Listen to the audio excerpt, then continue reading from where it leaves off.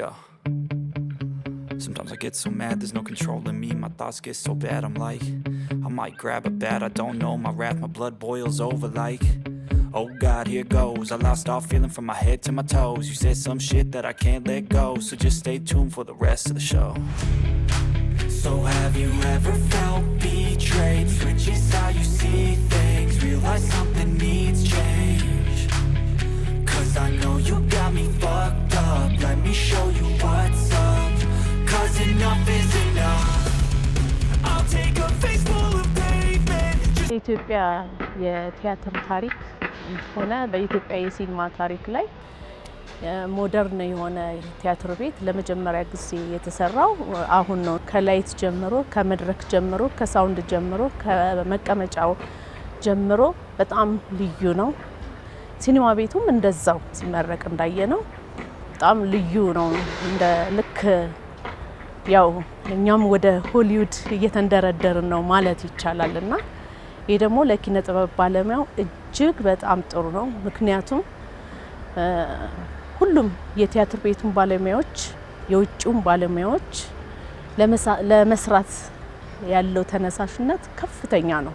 አሁን የመጣው ቴክኖሎጂ ደግሞ በጣም የተለየ ነው። ይህ ደግሞ በተለይ ለህፃናት ለወጣቶችም ብቻ ሳይሆን ለአዋቂዎችም የተለያየ የቲያትር ስታይሎችን ለማሳየት ይረዳሻል።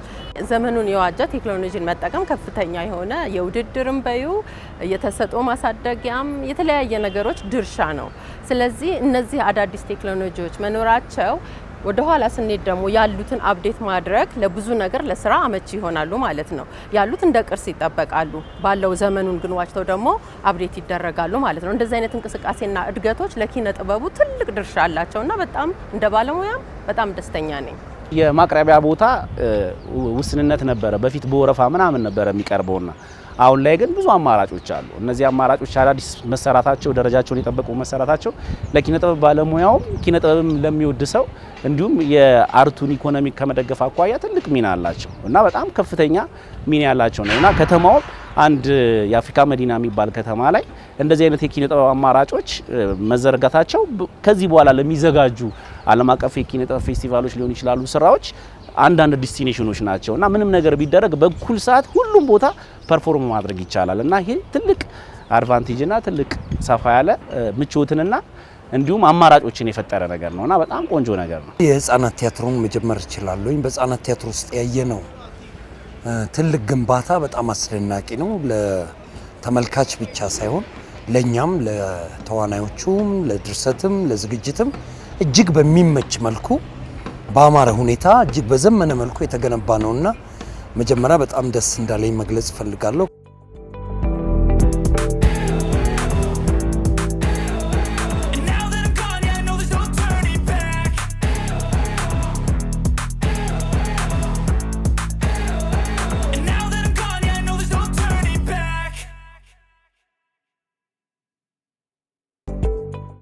ልማቱን የሚሰራው አካልና ማህበረሰቡ ተቀራርቦ በጉዳዩ ላይ እውቀት እንዲኖራቸው ያለውን ነገር ጥቅም የማስረዳት ኃላፊነት አለበት። እዛው ውስጥ ደግሞ ያሉ ጉድለቶችንም አብሮ እየፈተለ እየሸመነ ያሳያል። ህብር ነው ነገርየው። የጥበብ ሰው ህብር ነው ያለው። ምክንያቱም ነፃ ነው የሚኖረው፣ ስለ ሀገር ነው፣ ስለዛኛው ወገን ስለዚህኛው ወገን ስለማን ተብሎ የሚኖርበት ስላልሆነ መሀል ላይ ሆኖ በደንብ እየሸመነ ነገሮቹ ያላቸውን ጠቀሜታ ትዛቢውን እነዛን ሁሉ ያደረገ በሰፊው ማቅረብ ይችላል። ምክንያቱም የሚሰሩ ስራዎች ለሀገር ይጠቅማሉ። እዛ ውስጥ የሚመጡ ነገሮችን ደግሞ መጠቆም ማሳየት ትልቁ ስራችን ነው ብለን አስባለን። አዳዲስ ፈጠራዎችን ለመጨመር ራሱን የቻለ የሆነ መነሳሳት ይፈጥራል። እንደገና ደግሞ አሁን እዛ እንዳየሻቸው መድረኩ ተሽከርካሪዎች ናቸው። ከኦርኬስትራ ፒቶ አለ፣ ከስር የሚወጣው አለ። እሱ ሁሉ የተለያዩ ዝግጅቶችን እንድንሞክር የሚጋብዝን የተለያዩ እስካሁንም የተገደብንባቸው ቴክኒካል የሆኑ ነገሮች አሉና ለነሱም በጣም የተሻለ እጅግ በጣም መልካም የሆነ ነገር ነው የሚሆነው። ኪነ ጥበብ በተሰራበት ቦታ ላይ ሁሉም መጥቶ ተሰብስቦ አንድ ላይ ቁጭ ብሎ የሚመለከተው ነገር ቢኖር ኪነ ጥበብ ነው። ያ የተመለከተው ነገር የሚመጣለት የሚነገረው መልእክት ሐሳብ የሚያራምድ ከሆነ ያንን ገዝቶት ነው የሚሄደው። በዛ ሀሳብ ውስጥ የሚፈስ ህዝብ ደግሞ ከሰላም ሌላ ምንም አማራጭ ሊሆን አይችልም። ኪነ ጥበብ አንደኛ ሰላም ናት፣ ሁለተኛ ሰው ናት፣ ሰባዊ ነገር ናት። ሰባዊ ነገሮች በተሰበኩ ቁጥር የሚጋጭ ማህበረሰብ የማይጠይቅ ማህበረሰብ አታገኝም።